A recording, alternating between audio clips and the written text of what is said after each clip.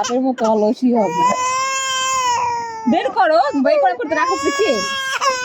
বের করে যে খুলে দিছি হ্যাঁ হ্যাঁ করে এই যে বের কর। বাপের মতো কি অলস হবি নাকি?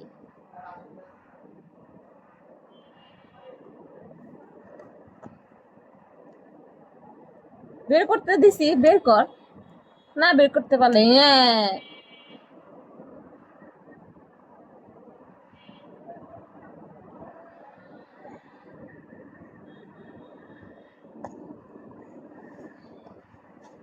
বংশের ধারা পাইছে অলস।